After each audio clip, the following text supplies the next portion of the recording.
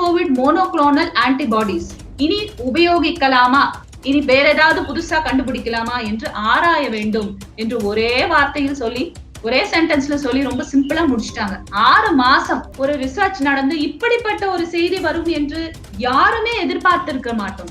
இது ஆச்சரியமா இருக்கு. ஒரு வைரஸ் கிருமி, அதை இன்னும் டெசிஃபர் பண்ண முடியல. இன்னும் அதுக்கு ஒரு எஃபெக்டிவ் மெடிசன் இல்ல.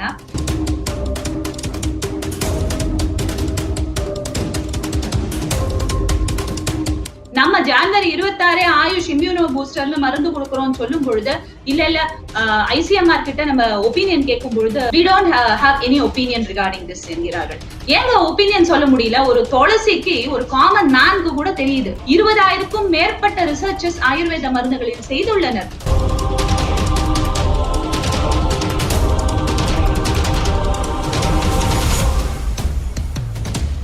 சென்ட்ரல் கவர்மெண்ட் ஸ்டேட் கவர்மெண்ட் இத குத்தம் சொல்லவே முடியாது. ஏன்னா ஜனவரி 26ல இருந்து அவங்க மருந்துகள், ஆயுர்வேத மருந்து, சித்த மருந்துகள் ப்ராபகேட் பண்ணும்போது எல்லாம் முட்டுக்கட்டை கொடுக்கிறார்கள் ஐசிஎம்ஆரும் ஐஎம்ஏவும்.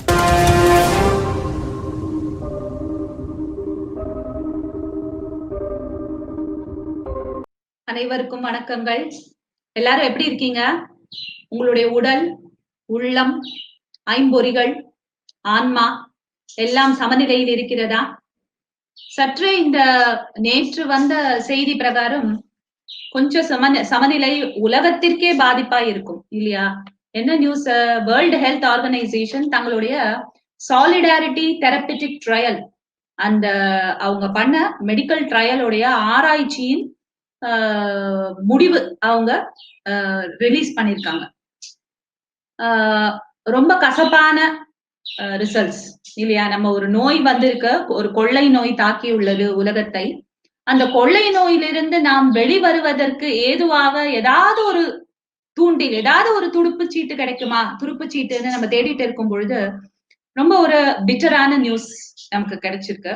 இது உலகத்தில் பல சர்ச்சையை எழுப்ப போகும் ஒரு செய்தி. சோ அந்த செய்தியை நாம் முதலில் புரிந்து கொள்வோம்.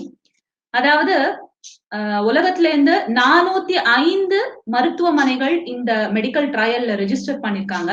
30 நாடுகள், அதுல இந்தியாவும் அடங்கியுள்ளது. எந்த ஹாஸ்பிட்டல்ல இந்த ட்ரையல் பண்ணாங்கன்னு தெரியல, பட் இந்தியன்ஸோடைய பேர் நிறைய பேர் இருக்கு. ஸ்ரீனிவாச ரெட்டி, ஸ்ரீனிவாசமூர்த்தி, வசி சத்யமூர்த்தி, சௌமியா சுவாமிநாதன், இந்த இந்தியர்கள் பேர் இருக்கு. சைனீஸ் டாக்டர்ஸ் பேர் இருக்கு. யூரோப்பியன் டாக்டர்ஸ் பேர் இருக்கு. இல்ல 30 நாடுகள், 11,266 கொரோனா நோய் தொற்று உள்ளவர்கள் இதில் பங்கேற்றுள்ளார்கள். இவங்க எல்லாம் கன்சென்ட் லெட்டர் கொடுத்திருக்காங்க. எங்களுடைய மனப்பூர்வமான சம்மதத்துடன் நாங்கள் இந்த ஆராய்ச்சியில் சேர்ந்து கொள்கிறோம் என்ற லெட்டரையும் எழுதி கொடுத்திருக்காங்க. இவங்களுக்கு எல்லாம் பைசா கொடுத்தாங்களான்னு நமக்கு தெரியல. பட் இந்த ட்ரையல் பண்றதுக்கு வேர்ல்ட் ஹெல்த் ஆர்கனைசேஷன் இந்த டாக்டர்ஸ்க்கு தே ஃபண்டட் தீஸ் ஹாஸ்பிட்டல்ஸ். சோ இத்தனை நாள் 6 மாசமா நம்ம ரெமிடிஸ்வர் மருந்து போய் நம்மளுடைய நண்பர்களும் உறவினர்களும் ஹாஸ்பிட்டல் அட்மிட் ஆகி ரெமிடிஸ்வர், ஹெச்சிக்யூ இந்த மருந்துகள் எல்லாம் எடுத்திருக்காங்கன்னா அதுல ட்ரையல் பேசிஸ், ட்ரையலுக்காகவும் கொடுத்திருக்கலாம், இல்ல ட்ரையல் அலோவ் பண்ணதுனால ட்ரையல் அற்ற ஆராய்ச்சிகளிலும் கொடுத்திருப்பார்கள். இதுல என்ன சொல்றாங்கன்னா 2,750 பேருக்கு ரெமிடிஸ்வர் கொடுத்திருக்காங்க, 954 பேருக்கு ஹெச்சிக்யூ கொடுத்திருக்காங்க, 1,411 பேருக்கு லோபினாவேர் கொடுத்திருக்காங்க, 651 பேருக்கு இன்டர்ஃபெரான் பிளஸ் லோபாவேர் கொடுத்திருக்காங்க, 1,412 பேருக்கு இன்டர்ஃபெரான் என்கிற மருந்தை கொடுத்திருக்கிறார்கள்.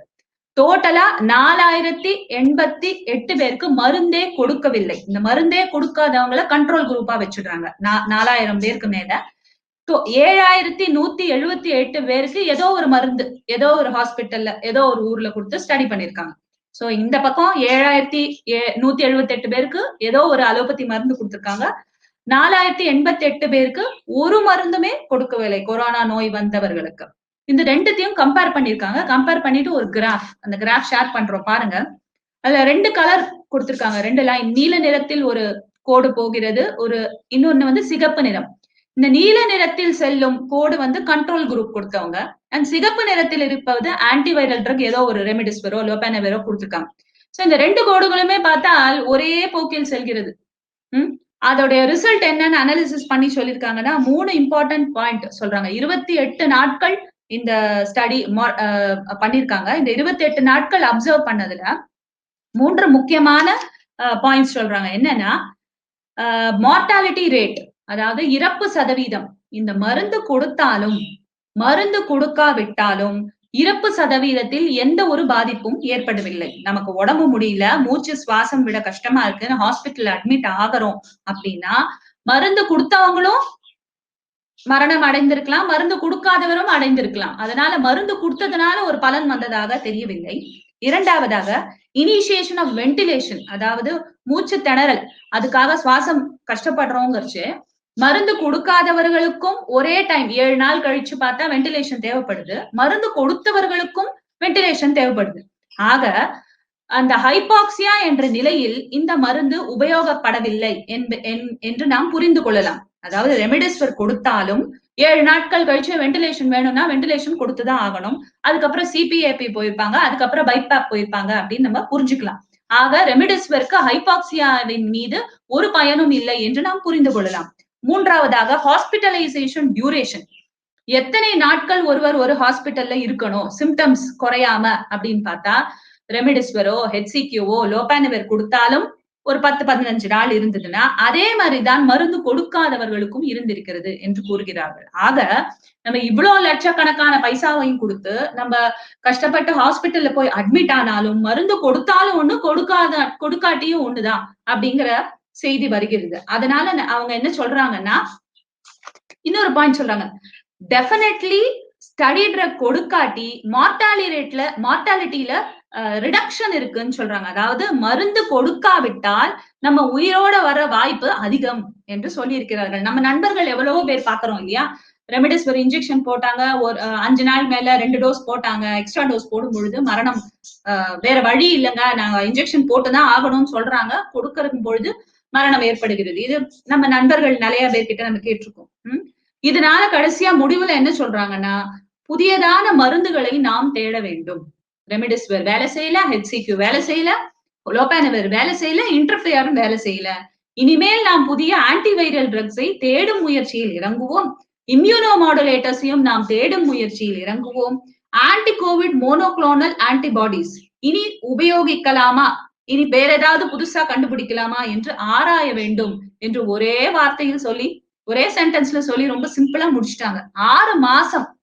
6 மாதங்கள் ஒரு ரிசர்ச் நடந்து இப்படிப்பட்ட ஒரு செய்தி வரும் என்று யாருமே எதிர்பார்த்திருக்க மாட்டோம். இது ஆச்சரியமா இருக்கு. ஒரு வைரஸ் கிருமி, அதை இன்னும் டெசிஃபர் பண்ண முடியல, இன்னும் அதுக்கு ஒரு எஃபெக்டிவ் மெடிசன் இல்ல, இன்னும் அந்த மருந்துக்கு ஒரு ட்ரக் கொடுத்தாலும் கொடுக்காவிட்டாலும் ஒரே பலன் என்றால் இந்த மருந்துகளைத்தான் பிளாசிபோ என்று நாம் அழைக்க வேண்டுமா என்ற கேள்வி எழுகிறது. ஐஎம்ஏல இருக்கிற ஹெட் ஆயுஷ் மினிஸ்டரை பார்த்து கேக்குறாங்க, நீங்க ஃப்ராட் பண்றீங்க, ஆயுஷ் மருந்துகளை கொடுத்து பிளாசிபோவை கொடுத்து நீங்கள் எங்கள் மக்களை ஃப்ராடு செய்கிறீர்கள் என்று கேட்டார்களே, அந்த ஐஎம்ஏ தலைவர்கள் இதற்கு பதில் சொல்ல வேண்டும் இல்லையா? ஏன்னா பச்சை தண்ணியை கொடுத்தாலும் ஒண்ணு, ஆயுஷ் ட்ரக் கொடுத்தாலும் ஒண்ணு, ஒரு எஃபெக்டும் இல்ல. டிஎஸ்டில இருந்தும் சிஎஸ்ஐஆர்ல இருந்தும் ரிசர்ச் நாங்க சப்மிட் பண்ணாலும் சொன்னவர்கள் இன்று இப்படிப்பட்ட ஒரு ஆராய்ச்சி வந்திருக்கிறது வேர்ல்ட் ஹெல்த் ஆர்கனைசேஷன் இருந்து, இவர்கள் என்ன பதில் சொல்ல போகிறார்கள்? இதே கேள்வி ஐசிஎம்ஆர் இடமும் நாம் கேட்க வேண்டும். ஐசிஎம்ஆர் கிட்ட முதல்ல ஜனவரி 26 கொரோனா வருகிறது, நோய் தொற்றில் இருந்து காப்பாற்றுவதற்காக இன்னும் வேக்சின் இறங்கவே இல்ல, வேக்சின் இன்னும் ரிசர்ச்ல இருக்கு, அடுத்த வருஷம் ஜனவரி வருமா மார்ச் வருமா என்று பஞ்சாங்கம் பார்த்து கொண்டிருக்கிறார்கள் இவர்கள். நம்ம ஜனவரி 26 ஆயுஷ் இம்யூனோ பூஸ்டர்னு மருந்து கொடுக்குறோம்னு சொல்லும் பொழுது இல்ல ஐசிஎம்ஆர் கிட்ட நம்ம ஒப்பீனியன் கேட்கும் பொழுது மீடியா ஆளுங்க சொன்னது, we don't have any opinion regarding this என்கிறார்கள். ஏங்க ஒப்பீனியன் சொல்ல முடியல? ஒரு துளசிக்கு, ஒரு காமன் மேனுக்கு கூட தெரியுது. ஆயுஷோடைய டாட்டா போர்ட்டலுக்குள்ள போய் பார்த்தா 20,000க்கும் மேற்பட்ட ரிசர்ச்சஸ் ஆயுர்வேத மருந்துகளில் செய்துள்ளனர். யார் செஞ்சிருக்காங்க? IIT, DST, CSIR, CCRS, NIS போன்ற பல இன்ஸ்டிடியூஷன் செஞ்சிருக்காங்க. இதுல துளசி ஆன்டிவைரல்னு சொல்றாங்க, மிளகு ஆன்டிவைரல்னு சொல்றாங்க, குடூச்சி ஆன்டிவைரல்னு சொல்றாங்க. இது ஏன் புரியல? இதெல்லாம் கொடுத்தா இம்யூனோ மாடுலேட்டரி எஃபெக்ட் வரும், இம்யூனிட்டி அதிகமாகும், பலம் பெருகும், ஒரு நோய் வராது என்றால் ஏன் இவர்களால் ஒப்புக்கொள்ள முடியவில்லை என்று எனக்கு ஆச்சரியமா இருக்கு. இதே அலோபதி டாக்டர்ஸ் தான் பல வருடங்களாக செப்டிலின் என்கிற மருந்தை எழுதியிருப்பார்கள், அலார்சின் என்கிற மருந்தை எழுதியிருப்பார்கள். இதெல்லாம் எதுக்காக எழுதியிருக்காங்க? இந்த கம்பெனி எல்லாம் வாழ்வதற்கு காரணமே அலோபதி டாக்டர்ஸ் தான். எல்லா அலோபதி டாக்டர்ஸும் ஆயுஷுக்கு அகேன்ஸ்ட் சொல்லவல்ல. ஆனா ஐஎம்ஏ இப்ப ஒரு கசப்பான கடிதம் எழுதி இருக்கிறது, அதற்கு என்ன பதில், இதற்கு என்ன பதில் என்பதனை ஐஎம்ஏ மிகவும் கிளியரா சொல்லிதான் ஆகணும் நம்ம கிட்ட. பிளாசிபோ பிளாசிபோ என்றால் ஒரு பச்சை தண்ணி, ஒரு பேஷண்ட் உடம்பு சரியில்லாம இருக்கும் பொழுது பச்சை தண்ணிய ஒரு பாட்டில்ல போட்டுட்டு அதுக்கு பேரு ஏதோ ஒரு பேர் வச்சுட்டு இது ஒரு மருந்துன்னு சொல்லிட்டு இது சாப்பிடுங்க உங்களுக்கு நிச்சயமா உயிர் பொழைக்கும், உங்களோட ஜுரம் சளி எல்லாம் போயிடும் சொல்லிட்டு அந்த பேஷண்ட் அந்த மருந்தை நம்பி சாப்பிட்டா அந்த மருந்து குணம் அளிக்கலாம் என்பது ஆராய்ச்சியின் ஆராய்ச்சியின் முடிவுகள் சொல்கின்றன. இப்ப நீங்க அமேசான்ல போய் பார்த்தா பிளாசிபோ பில்ஸ்ன்னு கிடைக்கும். இது எனக்கு ஆச்சரியமான ஒரு விஷயம். பிளாசிபோ பத்தி பார்க்கும் பொழுது பிளாசிபோ பில்ஸ்ன்னு கிடைக்கும். உங்களுக்கு தலைவலி இருக்குன்னு வச்சுக்கோங்களேன், அந்த பிளாசிபோ பில்ஸ் வாங்கிட்டு அங்க நிறைய பேர் வாங்கி சாப்பிடுறாங்க. நீங்க ட்ரை பண்ணலாம். அதுல ஒண்ணுமே இல்லை, அது வெறும் சக்கர மிட்டாய் தான். அது எந்த மருந்து கலவையும் அவங்க ஆட் பண்றது இல்ல. சோ அதை நீங்க நம்பி சாப்பிடும் பொழுது அந்த மருந்து உங்களுக்கு பயன் அளிக்கும் என்று கூறுகிறார்கள். ஆக நம்பிக்கையினால் ஒரு மருந்து பயனை அளிக்கும் என்றால் அதனை பிளாசிபோ என்றும், அது கொஞ்சம் அறிவியல் ஆராய்ச்சியாளர்களுக்கு அது கொஞ்சம் மட்டம். உலகத்தில் மொத்தம் 1 மில்லியன் டெத்ஸ் ஆஃப் கோவிட் வந்திருக்கு. உலகத்துல எவ்வளவு டெத் வேணாலும் ஆகலாங்க. இந்தியால 1 லட்சம் ஆகி இருக்கிறது. ஆக இந்த 1 லட்சம் டெத்துக்கு காரணம் இப்படிப்பட்ட ட்ரையல்ஸ் தான் நடந்து கொண்டிருக்கிறதா என்கிற கேள்வியும் மனதில் தோன்றுகிறது. தமிழ்நாட்டில் 10,000 மரணங்கள் ஏற்பட்டிருக்கின்றன. இந்த 10,000 டெத்துல எவ்வளவு பேருக்கு பிளாசிபோ கொடுத்தாங்க, எவ்வளவு பேருக்கு மருந்து கொடுத்தாங்க, எவ்வளவு பேருக்கு மருந்து கொடுக்கல. இப்படிப்பட்ட அவல நிலை இந்தியர்களுக்கும் தமிழர்களுக்கும் தேவையா என்பதுதான் என்னுடைய கேள்வி. டொனால்டு ட்ரம்ப் அவர்களுக்கும் வேர்ல்ட் ஹெல்த் ஆர்கனைசேஷன் ஹெட் அவர்களுக்கும் தமிழ்நாடு என்னாலே என்னன்னு தெரியாது, தமிழ்னா என்னன்னு தெரியாது, சான்ஸ்கிரிட்னா என்னன்னு தெரியாது, ஆயுர்வேதம்னா என்னன்னு தெரியாது, சித்தானா என்னன்னு தெரியாது, 18 சித்தர்கள்னா என்னன்னு தெரியாது. தமிழ்நாட்டு மக்களுக்கு தெரியும். அதனால்தான் 21 சித்தா கோவிட் கேர் சென்டர்ஸ் கொடுத்திருக்காங்க. ஆனா எப்படிப்பட்ட கேஸ் இங்க அனுப்புறோம்? மைல்ட் அண்ட் மாடரேட் கேசஸ் தான் அனுப்புறாங்க. Mild and moderate case covid பாசிட்டிவ்க்கு மருந்து கொடுக்குறோம், நெகட்டிவ் ஆகுது 7 நாள்ல. ஆனா இந்த ஐசியூ கேஸ்ல தானங்க மரணம் நடக்கிறது. ஆக ஐசியூவில் சேர்க்கப்பட வேண்டிய நபர்களை, கோவிட் நோயாளிகளை முதலில் நாம் சித்தா கோவிட் கேர் சென்டர்ஸ்க்கு அனுப்பணும். அங்க போய் எங்க கபஜ்வர குடிநீர் மாத்திரமா சித்த மருந்து, இந்து காட்ட கஷாயம் மாத்திரமா ஆயுர்வேத மருந்து, எத்தனை பஸ்மங்கள், எத்தனை செந்தூரங்கள் இருக்கின்றன. இவை எல்லாம் கொடுத்து நாங்கள் எங்க கிளினிக்ல பிராக்டிஸ் பண்ணும் பொழுது 250 பேஷண்ட் பண்ணிருக்கோம். ஹைபாக்சியாங்கிற நிலையை நாங்கள் பார்ப்பதே இல்லை. 93ல இருந்தாலும் டக்குன்னு ஒரே டோஸ்ல 95க்கு ஆகுது. ஒரு எமர்ஜென்சி கேஸ் ஹேண்டில் பண்ணும் பொழுது 76 இருந்த ஆக்சிஜன் 80க்கு வந்து 3 நாட்கள்ல ஸ்டெபிலைஸ் ஆயிருக்காங்க. இப்ப நான் சொல்றேன், இப்ப அலோபதி டாக்டர்ஸ் எல்லாரும் ஆயுஷ்க்கு அகெயின்ஸ்ட்னு நாங்க சொல்ல வரல. For example doctor Sanjay Jain, நான் முன்னாடியே ஒரு டாக்ல பேசியிருக்கேன். the first and the only allopathy doctor to have given his voice for ayurveda. என்னைக்கு லாக்டவுன் பண்றாரோ திரு மோடி அவர்கள், அன்றைக்கே சஞ்சய் ஜெயின் அவர்கள் சொல்லியிருக்கிறார். மீரட்ல he runs the biggest hospital, Anand Jain என்கிற ஹாஸ்பிட்டல். நீங்கள் ஏன் இந்த கொரோனா நோயாளிகளை ஆயுர்வேத மருத்துவர்களிடத்தில் ஒப்படைக்கவில்லை? அலோபதி இதுல இந்த அலோபதி சிஸ்டத்துல இல்ல மருந்தே இல்ல அப்படின்னு எழுதிட்டு, அவருடைய பரிச்சயம் எங்களுக்கு இந்த போன மாதம் தான் எங்களுக்கு கிடைக்கிறது. அவர் என்ன சொல்றாருன்னா, அவருடைய ஹாஸ்பிட்டல்ல 1ஆம் தேதி ஏப்ரல் 1லிருந்து அவர்களுடைய ஹாஸ்பிட்டல்ல வர கொரோனா நோயாளிகளுக்கு எல்லாருக்கும் அவர் ஆயுர்வேத சித்த மருந்துகளை கொடுத்து வருகின்றார். அவரோட ஹாஸ்பிட்டல்ல ஹீட்டல்ஸ் ஒரு மரணம் கூட இப்ப வரைக்கும் நடக்கலங்கிறார். ஆக அவரோட ஹாஸ்பிட்டல்ல டோட்டலா 550 கொரோனா நோயாளிகள் இருப்பதாக போன வாரம் சொன்னாரு. இந்த 550 நோயாளிகளிலும் ஒருவர் கூட மரணிக்கவில்லை. ஏனென்றால் அவர் கூறுகிறார், சிதோபலாதி சூர்ணம், அபரக பஸ்மம், நிலவேம்பு குடிநீரை நான் பேஷண்ட பார்த்து எங்களுடைய ஆயுர்வேத டாக்டர்ஸ் 10 டாக்டர் இருக்காங்க அவங்க அலோபதி ஹாஸ்பிட்டல்ல. போன மாசம் நாங்களும் டெலிமெடிசின் செய்வதற்காக அவருடன் சேர்ந்து அவருடைய ஐசியூ கேசஸ் நாங்க பார்த்து கொண்டிருக்கிறோம். ரெமிடெசிவிர் போடுவாரு, ஐவர் மெடிசின் போடுவாரு, பேஷண்ட் லெவல்ல இம்ப்ரூவ் ஆகுது. 5 நாள் கழிச்சு எங்களுக்கு போன் வரும். போன் பண்ணி சிபிஏபில இருக்காங்கம்மா, ஆக்சிஜன் லெவல் குறைஞ்சிட்டே இருக்கு, அடுத்தது பைபேக் போட போறோம், லெவல் 4க்கு அனுப்பணும், ஏதாவது உதவி செய்யுங்கள் என்பார். நாங்க இங்கே சமீரபன்னகரஸ் போடுங்க சார், ஷிலாஜத் போடுங்க சார் அப்படின்னு சொன்ன உடனே 2 நாள்ல ஸ்டெபிலைஸ் ஆகுது.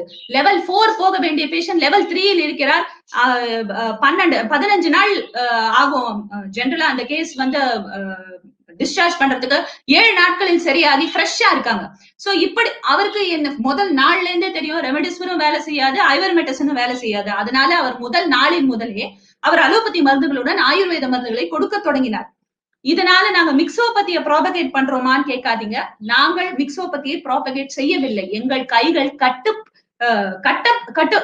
போட்டு வச்சிருக்காங்க. நாங்கள் இந்த கயிறுகளை உடைத்து ஐசியூவிலும் ஆயுர்வேத சித்த மருந்துகளை பயன்படுத்தினால் மக்களின் உயிரிழப்பை நாம் தடுக்க முடியும் என்ற ஒரே வாதத்தினை தான் வைக்கின்றோம். ஐசியூவில் இப்படிப்பட்ட ட்ரையல் நடக்கும் பொழுது மனதுக்கு ரொம்ப வேதனையா இருக்கு. இந்த சித்த மருத்துவமும் ஆயுர்வேத மருத்துவமும் பிறந்த இந்த நாட்டில், பாரத நாட்டில் இப்படிப்பட்ட ட்ரையல் நடப்பதை எங்களால் சும்மா இனியும் பார்த்து கொண்டு இருக்க முடியாது. ஏப்ரல் மாசமே சொல்லியாச்சு ரெமிடிசிவிர்ல ஒரு பலனும் இல்லை மக்களுக்கு கொடுத்தா என்று ஏப்ரல் மாசத்திலேயே சொல்லியாச்சு. ஆனாலும் கம்பேஷனேட் பேசிஸ் இல்லாட்டி மர்சி என் பேரில் இந்த மருந்துகளை எடுத்துக் கொள்ளுங்கள் என்று சொல்கிறார்கள். என்னங்க கம்பேஷன்? நமக்கு எதுக்குங்க இவங்களோட கம்பேஷன்? நமக்கு எதுக்குங்க இவங்க கிட்ட மர்சி? நம்ம கிட்ட சமீரபனகரஸ் இருக்கு, நம்ம கிட்ட கஸ்தூரி கருப்பு மருந்து இருக்கு, நம்ம கிட்ட பஸ்மங்கள் இருக்கு, செந்தூரங்கள் இருக்கு. இதெல்லாம் சாப்பிட்டா நமக்கு இந்த நோய் தொற்று சரியாக போகிறது. அதனால இவங்க கம்பேஷன் மர்சியும் நமக்கு தேவையில்லை. இந்தியா அல்ல தமிழ்நாடு அல்ல சென்னை தான் மெடிக்கல் ஹப். அலோபதி ஹாஸ்பிட்டல்ஸ் நிறைய இருக்கிற ஸ்டேட் அண்ட் மாநிலம் அண்ட் நகரம் நம்மளுடைய சென்னை தான். இங்க வந்து allopathy doctors will have to take a decision. எல்லா அலோபதி ஹாஸ்பிட்டல்ஸ்லயும் ஆயுர்வேதா டாக்டர்ஸ் ஏற்கனவே நிறைய பேரை அப்பாயிண்ட் பண்ணி ஒர்க் பண்ணிட்டு இருப்பாங்க இல்லையா? ஏ ஃபார் என்ன ஹாஸ்பிட்டல் சொல்லுங்க சென்னையில? பி ஃபார், சி ஃபார் என்ன ஹாஸ்பிட்டல்? கைப்படிக்காதீங்க, வெறும் மனசுல நினைச்சுக்கோங்க. இல்ல எவ்வளவோ ஹாஸ்பிட்டல்ஸ் ஆயுர்வேதா வச்சு ட்ரீட்மெண்ட் பண்ணிருக்காங்க, பஞ்சகர்மா சென்டர் எல்லாம் வச்சிருக்காங்க. அது நம்ம எல்லாருக்குமே தெரிஞ்ச விஷயம். இதே ஆயுர்வேதா டாக்டர்ஸ் இருக்காங்க, சென்ட்ரல் கவர்மெண்ட் புரோட்டோகால் இருக்கு. கொரோனா வைரஸ் ட்ரீட் பண்ண Ayurveda doctor Siddha doctors invite பண்ண வேண்டியதுதான். சீரியஸ் கேஸ் ரெமிடிசிவிருக்கு 10 பேருக்கு ட்ரையல் பண்றீங்கன்னா பண்ணுங்க. அது கூட 10 பேருக்கு ஆயுர்வேதா மருந்து சித்த மருந்து கொடுத்து பார்த்தா உங்களை இந்த வேலையெல்லாம் it just gets finished. எதுக்கு? why are we wasting time and why are we unnecessarily killing people? இதனால்தான் சொல்றேன், ஐசியூவில் ஆயுர்வேத சித்த மருந்துகள் கொடுத்து பார்த்து இந்த மாதிரி ட்ரையல் எல்லாம் பண்ணிட்டு நம்மளுடைய உறவினர்கள் நண்பர்களுடைய உயிரை நம்மளால் மாய்க்க முடியாது. ஐசியூ கேஸ்ல சித்த ஆயுர்வேதா கொடுத்து அவர்களை காப்பாற்ற நாம் முயற்சிக்காவிட்டால் தட் இஸ் மெடிக்கல் நெக்லிஜென்ஸ். அதே மாதிரி டொனால்ட் ட்ரம்ப்புக்கு புரியாதுங்க. டொனால்ட் ட்ரம்ப்புக்கு இங்க அம்மனுக்காக நம்ம மஞ்சளையும் வேப்பலையும் வச்சு நம்ம அதை கும்பிடுறோம், சாமி கும்பிடுறோங்கிறது தெரியாது. மஞ்சள் வேப்பலையும் எதற்காக கும்பிடுகிறோம் என்றால் அதற்கு அத்தனை மருத்துவ பயன்கள் உள்ளது என்று. அதே மாதிரி சங்க நூல்களில் எழுதிய பெருமாளுடைய கையில் இருப்பது சக்கரம். அந்த சக்கரத்தின் பேரில் இருப்பதுதான் சுதர்சன மாத்திரை. சுதர்சன மாத்திரை சித்தா ஆயுர்வேதா டாக்டர்ஸ் நிறைய எழுதுவோம் ஜுரம் இருக்கும் பொழுது, ரொம்ப எஃபெக்டிவா இருக்கும். சோ இந்த மாதிரி வந்து சுதர்ஷன் பேர் வச்சேன்னு டொனால்ட் ட்ரம்ப்புக்கு போய் சொன்னா புரியாது. ஆனா இங்க நம்ம தமிழ்நாடு அரசுக்கும் நம்மளுடைய சென்ட்ரல் கவர்மெண்ட் ஸ்டேட் கவர்மெண்ட் 2 பேருக்கும் தெரியும்.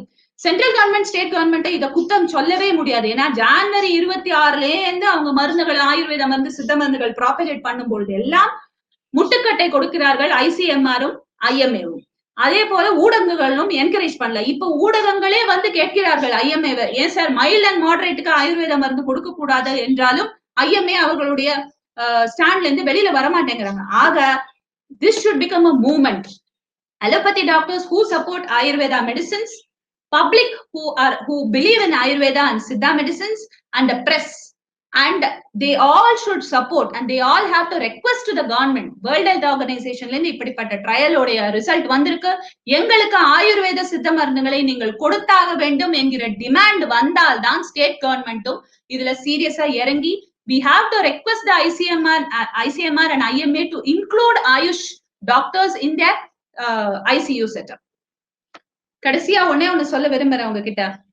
அதாவது இந்த கொரோனா நோய் வந்த உடனே முன்னாடி எல்லாம் சொல்லுவோம் உடல் மண்ணுக்கு உயிர் தமிழுக்கு இல்லையா?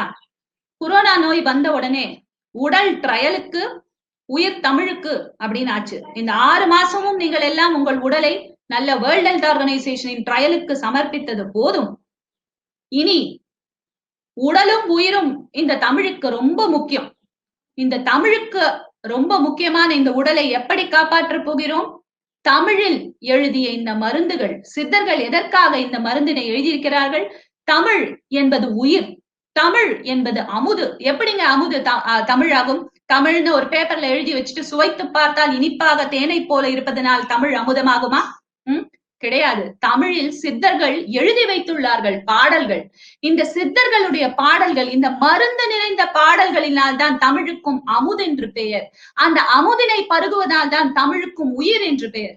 இன்று முதல் இந்தியால இருக்கிறவங்க, தமிழ்நாட்டுல இருக்கிறவங்க தமிழான மருத்துவத்தை நிச்சயமா உட்கொண்டால் உயிர்ப்பிப்போம் என்கிற நம்பிக்கை எங்களுக்கு உள்ளது. இது நம்பிக்கையின் மாத்திரம் அல்ல, ஐசியூல நாங்க கேசஸ் பார்த்துட்டு இருக்கோம். அண்ட் நிறைய ரிசர்ச்சர்ஸ் வந்தாச்சு. ரெஜிமியூன் போன்ற மருந்து HCQ விட எஃபெக்டிவ்னு ப்ரூவ் பண்ணிருக்காங்க. So we have to just go ahead. Let us not make any more trials. தமிழை நம்புவோம், தமிழ் நம்மை காப்பாற்றும். சித்த மருந்துகள், ஆயுர்வேத மருந்துகளை எடுத்துக்கொண்டு நாம் அனைவரும் கொரோனா நோய் தொற்றிலிருந்து வெளியில் வர முழு முயற்சியையும் அனைத்து மக்களும், allopathy doctors, ayurveda doctors, government and public and the press, we will all have to join hands together and we have to arise and awake. நன்றி. 16 பெற்று பெருவாழ்வு வாழ்க.